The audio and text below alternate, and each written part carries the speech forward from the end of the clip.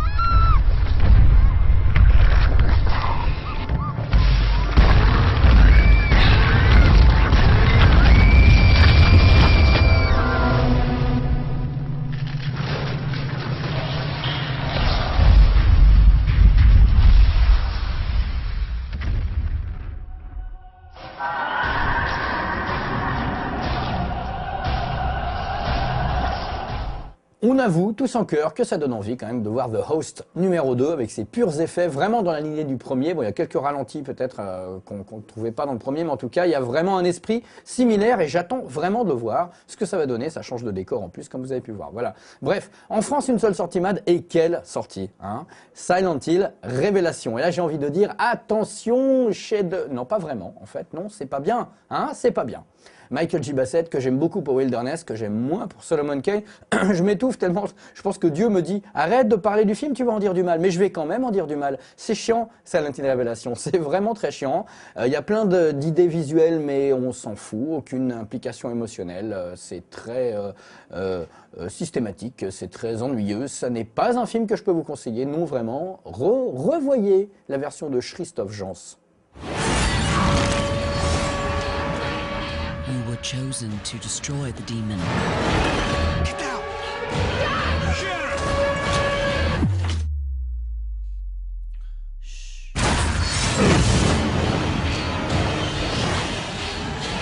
Go to hell! We're already here.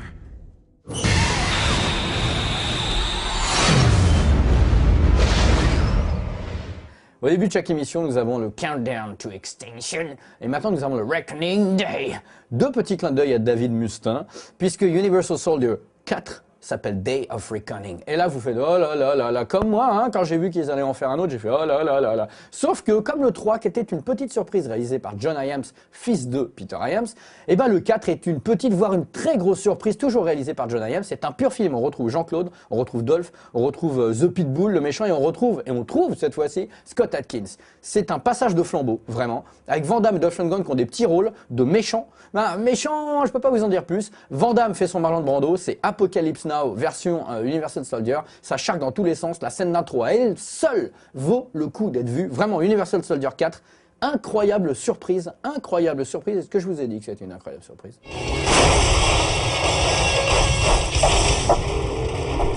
Jean-Claude Van Damme, Scott Adkins, with Dolph Lundgren in the ultimate battle. Hello, soldier. To the end.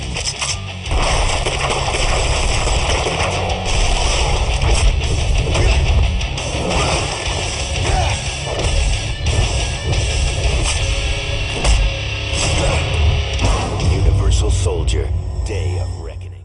Marcus Dunstan is back, and this time he doesn't bring you the collector, he brings you the collection. qui est donc la suite du Collector, hein, bien sûr. Hein. Cette fois-ci, on va pécho un mec pour qu'il aille s'insérer dans un truc, pour aller chercher, voilà, bref. Vous avez compris le pitch? Le Collector a enfermé des gens, une sorte de fausse invitation dans un hangar qui est bien sûr piégé de partout. Et il y a un gars qui est payé très très très cher par le père d'une des filles qui est capturée, milliardaire, pour aller récupérer sa fille. Donc il va s'insérer là-dedans, essayer d'éviter les pièges incroyables. The Collector, c'était une petite surprise quand même de la série B qui avait son impact, qui avait une petite twist intéressant.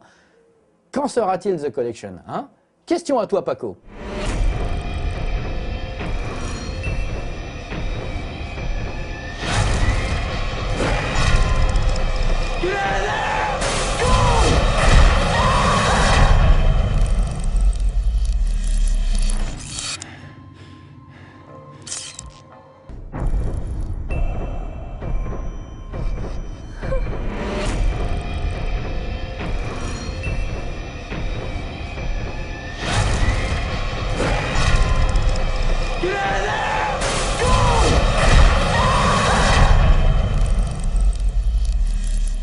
Stephen C. Miller est le réalisateur de la troisième et dernière sortie MAD aux États-Unis qui s'appelle Silent Night.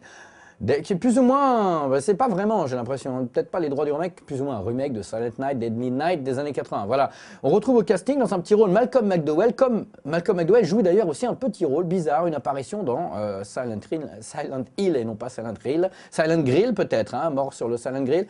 Oui, et il y a qui aussi? Il y a Lisa Marie qui joue là-dedans, c'est très marrant. Lisa Marie joue dans Lords of Salem.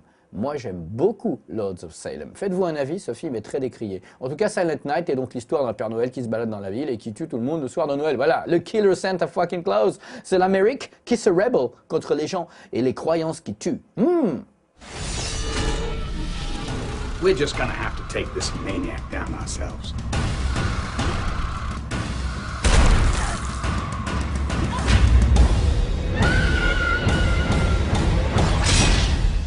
Christmas Eve is the scariest damn night of the year.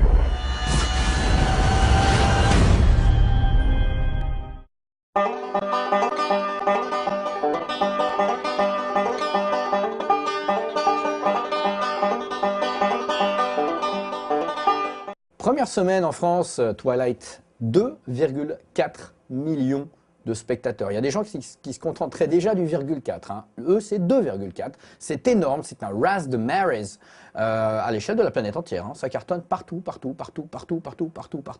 Très gros démarrage en France. C'est un film qui, même si tout le monde dit que c'est quand même pas superbe, c'est un film qui va faire beaucoup d'entrées. Au final, allez, je te dis 8 millions. Allez, je te dis un petit 8 millions. Comme ça, je te le balance, hop, à brûle pour point. 298 000 entrées en 2 semaines pour Sinister, c'est pas mal, ça aurait pu être beaucoup plus, puisque je vous rappelle quand même que la première semaine, il a fait 200 000 entrées, ça veut dire une énorme chute de fréquentation d'une semaine à l'autre. Faut dire que les têtes blondes, car elles sont toutes blondes, sont toutes allées voir Twilight le dernier, en se disant on va laisser de côté les trucs un peu intéressants ou pas, qui font peur, pour aller voir clairement des choses qui nous prennent pour des marshmallows, hein. Ça fera en fin de course un petit 400 000 entrées, si vous voulez je vous en mets 500, si vous êtes vraiment sage je vous en mets 600, mais je pense qu'on s'arrêtera à 500, voire un petit peu moins, voilà, Sinister. En deuxième semaine, Twilight conserve la place du top tout en haut de la pyramide de la pointe aux États-Unis. Hein, bien sûr, 227 millions de dollars, c'est énorme. Énorme. En ce moment, tout marche. Hein. Twilight, Skyfall, je vous passe Skyfall parce que c'est un triomphe surréaliste partout. Et même le dernier Steven Spielberg qui s'appelle Abraham. Non, Lincoln. Il n'y a pas de vampire cette fois-ci, c'est juste Lincoln. Il marche très bien. Voilà. Twilight, carton. Nous attendions son retour. Hein. Il était censé réaliser et jouer, puis seulement jouer, puis que dalle dans The Green Hornet, hein, qui finalement était Michel Gondry, Seth Rogen, tout ça, etc. C'est quand même un mec qui a révolutionné les choses lorsqu'il a fait son film de Hong Kong, qui non seulement a triomphé à Hong Kong, mais est devenu un phénomène de société dans tous les pays avant même qu'il soit distribué, Shaolin Soccer. Stephen Chow, bien sûr. Ensuite, il a fait Kung Fu Hustle. Kung Fu Hustle a aussi eu son petit, superbes idées.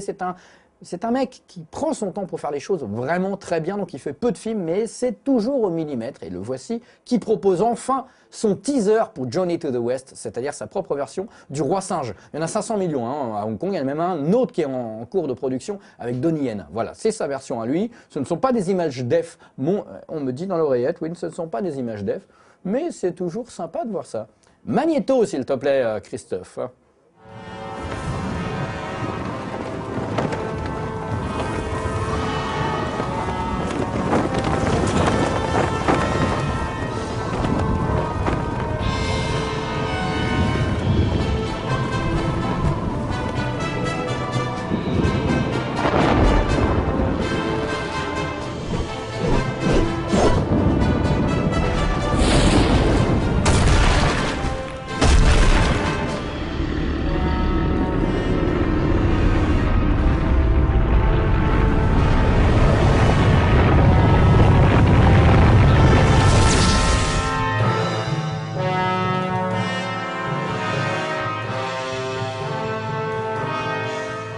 Voilà, cette émission touche à son sexe et celui de la personne qui se tient derrière cette caméra, qui n'est autre que Mathieu, bien sûr.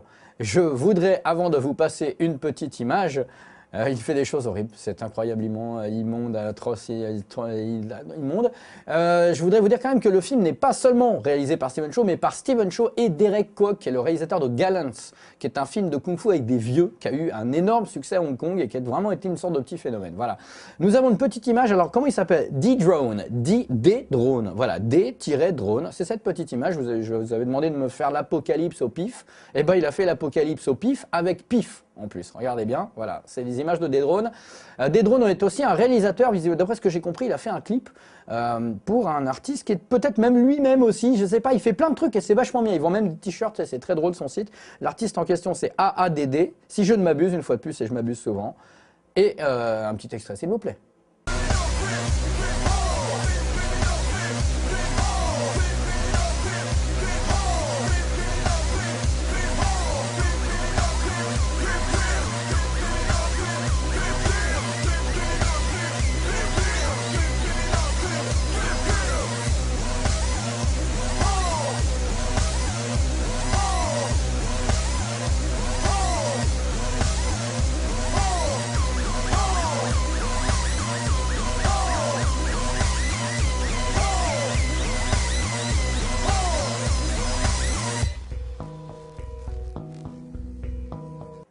Voilà. Je ne sais pas pourquoi, il y a quelques secondes, je pensais à Catwoman, mais la version Alberi. Hein, et je me suis toujours dit, comme tout le monde, que le costume, bien sûr, était absolument abominable. Je vais vous demander, du coup, de m'accompagner dans cette pensée d'amour et de me balancer toutes les photos de super-héros ratés, de costumes pourris, bis, Z ou pas Z, hein, parce que des fois, tu as beaucoup d'argent, puis tu n'as pas de goût, hein, bien sûr. Hein. Balancez-moi ça et faisons un petit peu une ribambelle de têtes rigolotes. Hein, amusons-nous en cœur. Je mange des frites à gmail.com, bien sûr. Les commentaires du site, bien sûr, ou aussi par la poste, mais vous ne connaissez pas l'adresse. Et ça, donc, du coup, ça ne fait que 2 possibilités. C'est déjà pas mal de possibilités. À bientôt.